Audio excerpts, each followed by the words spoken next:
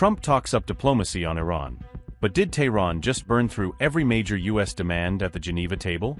Are Trump's war in 10 days warnings now just a cover for a stalled process his own team can't bend in Washington's favor? Iran openly mocks American terms, demanding zero enrichment and demolition of key nuclear sites. Abbas Araghchi hails serious progress, but Trump's envoys fly home with no uranium, no closures, and no deal in hand?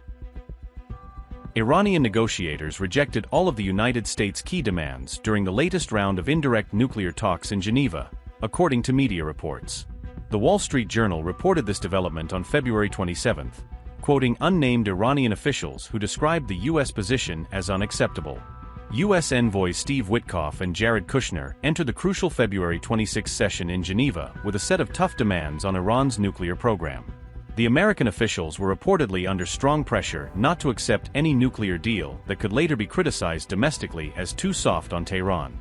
Washington's demands include dismantling Iran's three main nuclear facilities at Fordow, Natanz, and Isfahan as part of a new permanent agreement.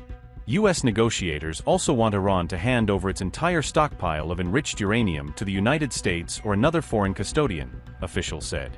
American officials were expected to reiterate that any new nuclear deal must be open-ended, with no sunset clause, and therefore last indefinitely.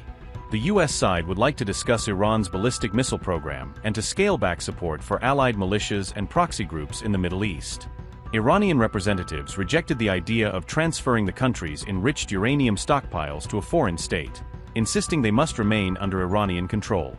Tehran also opposed proposals to halt uranium enrichment altogether and to demolish or permanently close its existing nuclear facilities. Another major friction point is that Trump's team is currently offering only minimal, phased sanctions relief to Iran in return for sweeping nuclear concessions. Meanwhile, Iranian Foreign Minister Abbas Araghchi stated that the Geneva talks had made serious progress compared with earlier rounds. Araghchi said the U.S. and Iranian delegations have begun in-depth discussions on the framework and guiding principles of a future agreement on the nuclear dossier. The latest round of negotiations followed fresh warnings from President Donald Trump that Iran is developing missile capabilities that could threaten targets in the United States and Europe. They've already developed missiles that can threaten Europe and our bases overseas, and they're working to build missiles that will soon reach the United States of America.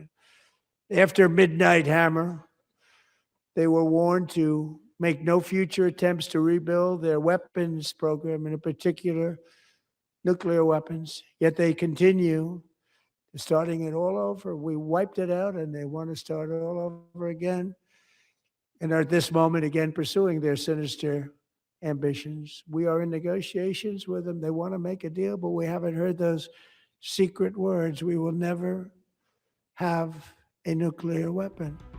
Trump has warned that he is prepared to take military action against Iran if a nuclear agreement is not reached soon. The United States has massed significant forces in the Middle East, deploying aircraft carriers, fighter jets, destroyers, and missile assets around Iran's periphery. Iranian officials have cautioned that they would treat any strike, even a limited one, as a trigger for a full-scale response against U.S. and allied targets. Tehran continues to insist on its right to enrich uranium, but has floated ideas meant to calm U.S. fears and avoid war. These proposals reportedly include cutting enrichment levels to as low as about 1.5%, down from the 60% Iran was reaching before recent strikes.